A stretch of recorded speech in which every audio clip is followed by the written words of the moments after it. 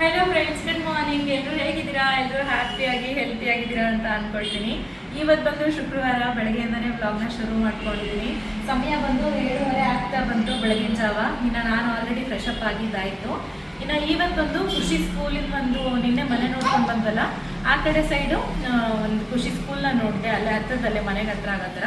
ಅವರು ನಿನ್ನೆ ಕಾಲ್ ಮಾಡಿದ್ದೆ ನಾನು, ಮತ್ತೆ ಅವ್ರು ಸಂಜೆ ಫೋನ್ ಮಾಡಿ ಕಾಲ್ ಬ್ಯಾಕ್ ಮಾಡಿ ನನಗೆ ಹೇಳಿದ್ರು, ನಾಳೆ ಒಂದ್ಸಲ ಬಂದು ಮಾತಾಡ್ಕೊಂಡು ಹೋಗಿ ಮೇಡಮ್, ಸ್ಕೂಲ್ ನೋಡ್ಕೊಂಡು ಹೋಗಿ ಅಂತ ಹೇಳಿಬಿಟ್ಟು. ಸೊ ಹಾಗಾಗಿ ಇವತ್ತು ಖುಷಿ ಒಂದ್ಸಲ ಸ್ಕೂಲ್ ಹೋಗಿ ನೋಡ್ಕೊಂಡು ಬರಬೇಕು.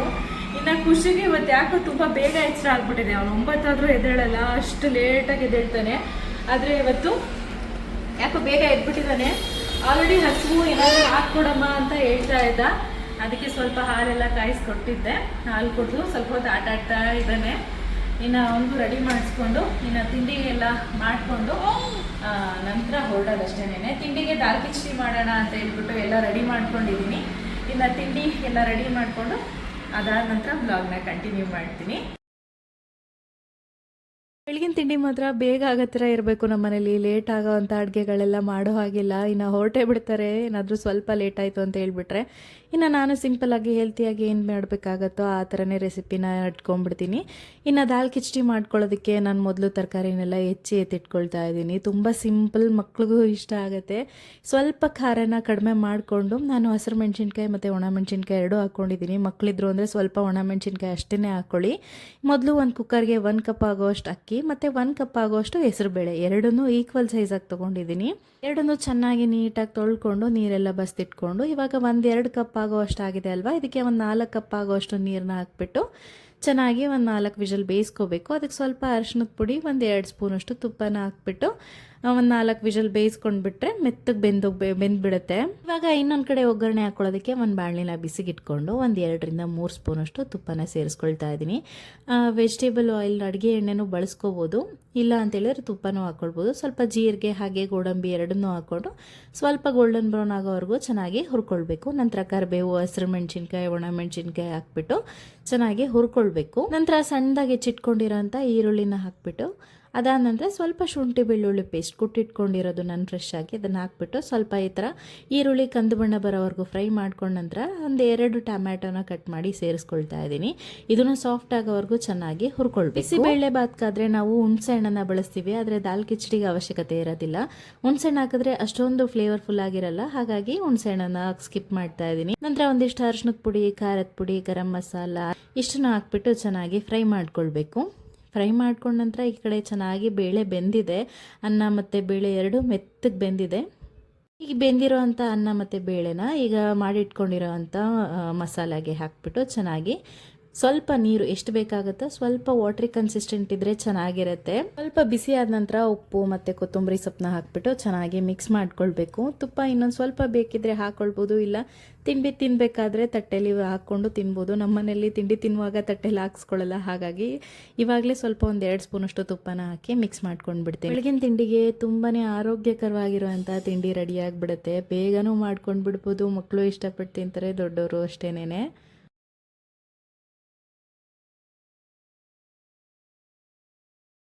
ನಂಗೆ ಬೆಳಗಿನ ತಿಂಡಿಗೆ ರಾತ್ರಿನೇ ಓಟ್ಸ್ನ ನೆನಗಿಟ್ಟಿದ್ದೆ. ಇನ್ನು ಈ ಪ್ರೆಗ್ನೆನ್ಸಿಲಿರೋದ್ರಿಂದ ನನಗೆ ಸ್ಟಾರ್ಟಿಂಗಿಂದನೂ ಅಷ್ಟೇನೆ ಅಷ್ಟು ಹೆಚ್ಚಾಗಿ ಮಸಾಲೆ ಪದಾರ್ಥ ತಿನ್ನಬೇಕು ಅಂತ ಇಷ್ಟ ಆಗಲ್ಲ. ಸಿಂಪಲಾಗಿ ನಾರ್ಮಲ್ ಆಗಿರ್ಬೇಕು ಅಷ್ಟೇನೆ ಬೆಳಗಿನ ತಿಂಡಿ. ಮಧ್ಯಾಹ್ನ ಊಟ ನಡೆದೋಗ್ಬಿಡುತ್ತೆ, ಆದರೆ ಬೆಳಗಿನ ತಿಂಡಿ ಮಾತ್ರ ಸಿಂಪಲಾಗಿರಬೇಕು.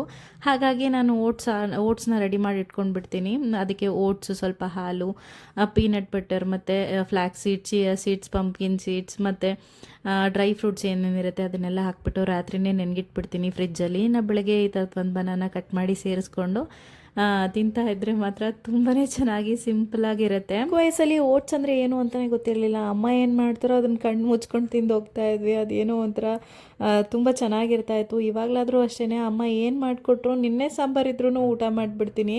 ಆದರೆ ನಾನು ಮಾಡ್ಕೊಂಡಿದ್ದ ಅಡುಗೆ ಮಾತ್ರ ಒಂದು ದಿವಸಕ್ಕೆ ಅದು ಅವಾಗ ಮಾಡಿದ್ದು ಆ ಹೊತ್ತಿಗೆ ಖಾಲಿ ಆಗಿಬಿಡ್ಬೇಕು ಅಷ್ಟೇ.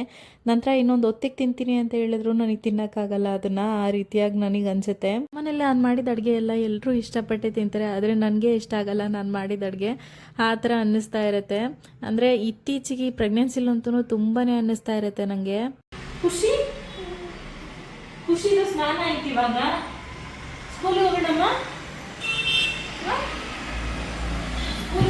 ನಿನ್ನೆನಲ್ಲಿ ಹೇಳ್ತಾ ಇದ್ದ ಅಪ್ಪು ನನ್ನ ಸ್ಕೂಲ್ ಕ್ಯಾನ್ಸಲ್ ಅಪ್ಪು ಈ ಕಡೆಗಾದ್ರೆ ಅಂತ ಹೇಳಿದ್ದಕ್ಕೆ ಅಪ್ಪ ನಾನು ಸ್ಕೂಲ್ಗೆ ಹೋಗ್ತೀನಪ್ಪ ಅಂತ ಹೇಳ್ತಾ ಇದ್ದ. ಹೋಗೋಣ ಸ್ಕೂಲಿಗೆ, ಹೋಗೋಣ. ಅಲ್ಲಿ ಪ್ಲೇ ಐಟಮ್ಸ್ ಎಲ್ಲ ಇಟ್ಟಿರ್ತಾರಲ್ವ, ಅದನ್ನ ನೋಡಿ ಅವನಿಗೆ ತುಂಬ ಖುಷಿ, ನನ್ನ ಸ್ಕೂಲಿಗೆ ಹೋಗ್ಬೇಕು ಅಂತ ಹೇಳ್ಬಿಟ್ಟು. ಲಾಸ್ಟ್ ಟೈಮ್ ಅಷ್ಟೇ ಸ್ಕೂಲ್ ಹತ್ರ ಕರ್ಕೊಂಡು ಹೋದಾಗ ಅಡ್ಮಿಷನ್ ಮಾಡಿಸಿದ್ದಕ್ಕೆ ಅಂತ ಹೇಳ್ಬಿಟ್ಟು ಬಿಟ್ಟು ಬರೋದಕ್ಕೆ ರೆಡಿ ಇರಲಿಲ್ಲ. ಅವನು ಮಾಡಿಸಿ ಬಿಟ್ಟು ಬರೋಕ್ಕೆ ರೆಡಿ ಇರಲಿಲ್ಲ. ಅವನು ಒಂದು ಸತಿ ಹೋಗ್ಬಿಟ್ಟು ಬರೋಣ ಅಲ್ಲಮ್ಮ, ರೆಡಿ ಆಗಿಬಿಟ್ಟು ಖುಷಿ. ಅದಾದಮೇಲೆ ಬ್ಲಾಗ್ ಕಂಟಿನ್ಯೂ ಮಾಡೋಣ. ಓಕೆ, ಹೇಳು ಹೇಳೋ ಕ್ರೀಮ್ ಎಲ್ಲಿ ಹೋಗಿ ಹೇಳಿದ್ದಮ್ಮ.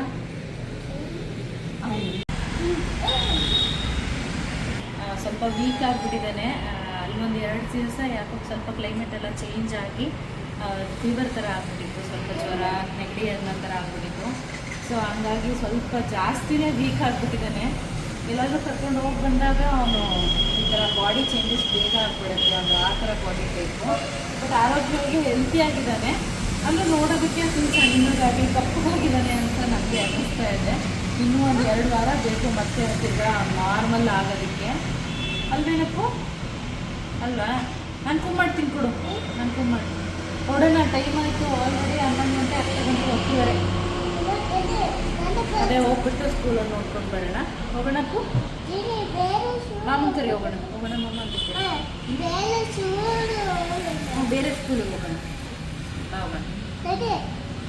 ಇನ್ನು ನೆನ್ನೆ ಮನೆ ಹುಡ್ಕೋಕೆ ಹೋದಾಗ ನನ್ನ ಹಸ್ಬೆಂಡ್ ಜೊತೆ ಹೋಗಿದ್ದೆ. ಅವ್ರಿಗೆ ರೂಟ್ ಎಲ್ಲ ಚೆನ್ನಾಗಿ ಗೊತ್ತಿತ್ತು. ಇನ್ನು ನನ್ನ ತಮ್ಮಂಗೆ ರೂಟ್ ಎಷ್ಟು ಹೆಚ್ಚಾಗಿ ಗೊತ್ತಿರಲಿಲ್ಲ ಅಂತ ಹೇಳ್ಬಿಟ್ಟು ರೂಟ್ ಮ್ಯಾಪಲ್ಲಿ ರೂಟ್ ಹಾಕ್ಕೊಂಡು ಹೊರಟ್ವಿ. ಈ ಕಡೆಯಿಂದ ಹೋಗ್ತಾ ಮಾತ್ರ ತುಂಬಾ ಟ್ರಿಕ್ಕಿ ಅಂತ ಅನ್ನಿಸ್ತು. ಒಂದು 2 ಕಿಲೋಮೀಟರ್ ಆಗುವಂಥ ಸ್ಕೂಲ್ನ ನಾವೊಂದು 4 ಕಿಲೋಮೀಟರ್ ಸುತ್ತಿದ್ದೀವಿ. ಅಲ್ಲೇ ಆ ಸ್ಕೂಲಲ್ಲಿ ರೂಟ್ ಹಾಕಿದ್ರಲ್ವ ಮ್ಯಾಪಲ್ಲಿ, ಅದು ಬಂದು ಬೇರೆ ಕಡೆ ರಾಂಗ್ ಡೈರೆಕ್ಷನ್ ತೋರಿಸ್ತಾ ಇತ್ತು.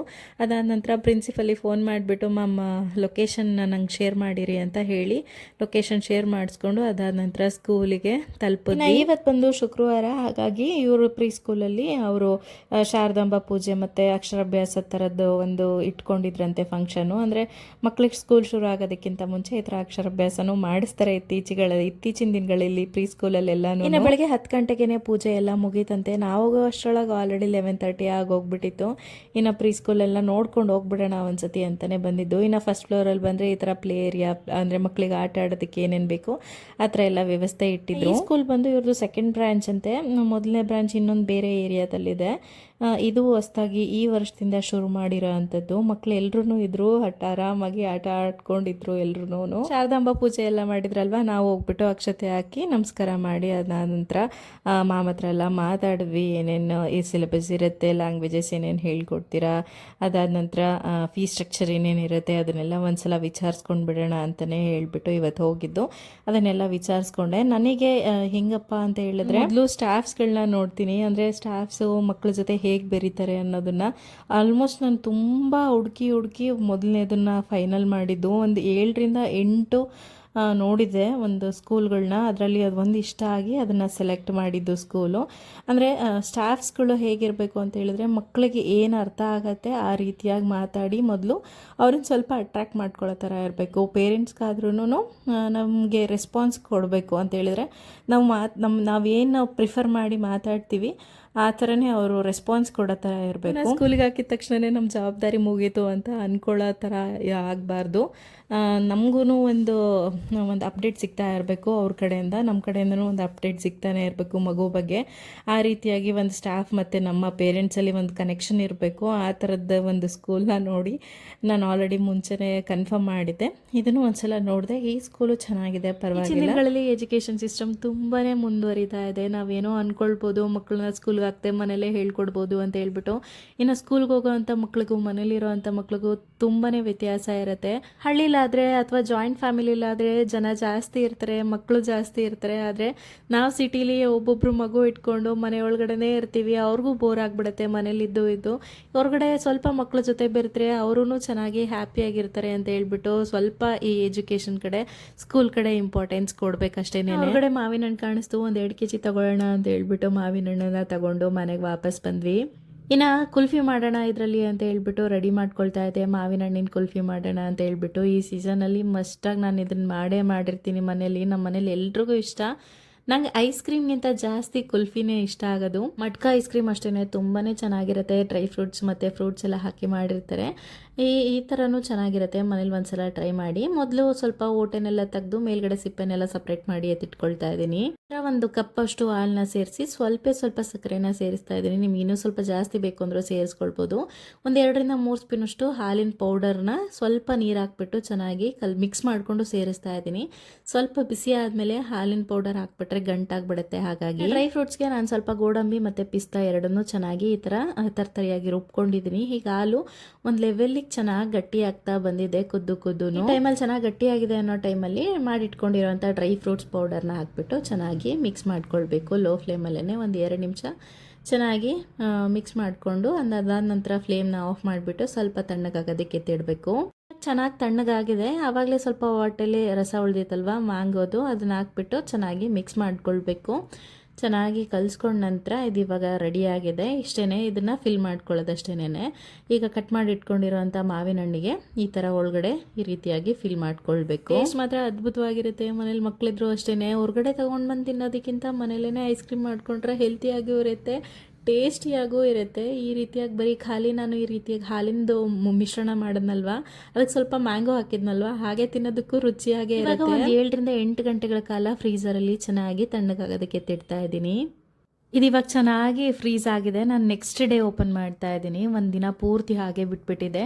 ಇನ್ನು ರಾತ್ರಿನೇ ನನ್ನ ಮಗ ಮತ್ತು ನಾನು ಒಂದು ಸೇರ್ಕೊಂಡು ಖಾಲಿ ಮಾಡಿದ್ವಿ. ಇನ್ನು ಬೆಳಗ್ಗೆಗೆ ಇದನ್ನು ಕಟ್ ಮಾಡೋಣ ಅಂತ ಹೇಳ್ಬಿಟ್ಟು ತೆಗೆದಿಟ್ಕೊಂಡು ಇವಾಗ ನೀಟಾಗಿ ಮೇಲ್ಗಡೆ ಮಾವಿನ ಹಣ್ಣಿನ ಸಿಪ್ಪೆ ಇತ್ತಲ್ವ ಅದನ್ನು ಈ ಥರ ಬಿಡಿಸ್ಕೊಳ್ತಾ ಇದ್ದೀನಿ. ಚೆನ್ನಾಗಿ ಕುಲ್ಫಿ ಚೆನ್ನಾಗಿ ಗಟ್ಟಿಯಾಗೋದಕ್ಕೆ ಒಂದು 7-8 ಗಂಟೆಗಳ ಕಾಲ ಫ್ರೀಸರಲ್ಲಿ ಚೆನ್ನಾಗಿ ತಣ್ಣಗಾಗೋದಕ್ಕೆ ಇಟ್ಬಿಟ್ರೆ ಕರೆಕ್ಟಾಗಿ ಚೆನ್ನಾಗಿ ಒಳಗಡೆ ಎಲ್ಲ ಗಟ್ಟಿಯಾಗಿಬಿಟ್ಟಿರುತ್ತೆ. ತಿನ್ನೋದಕ್ಕೆ ತುಂಬಾ ರುಚಿಯಾಗಿರುತ್ತೆ.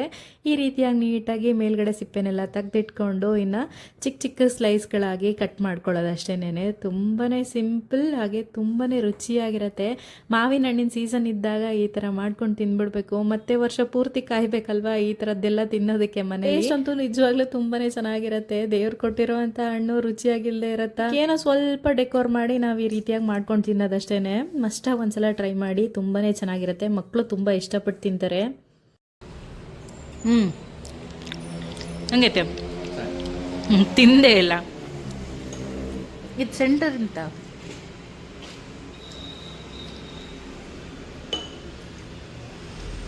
ಚೆನ್ನಾಗಿತ್ತಾ? ಲಾಸ್ಟ್ ಟೈಮ್ ಮಾಡ್ದಾಗಿದ್ಯಾ ನೀನು? ಇಲ್ಲ ಅಲ್ಲ.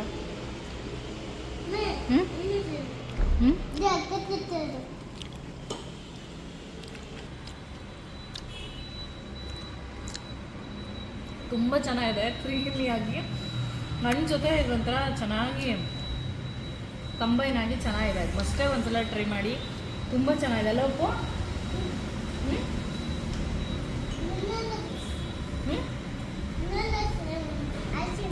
ಅದಷ್ಟು ಫಿನಿಶ್ ಮಾಡು.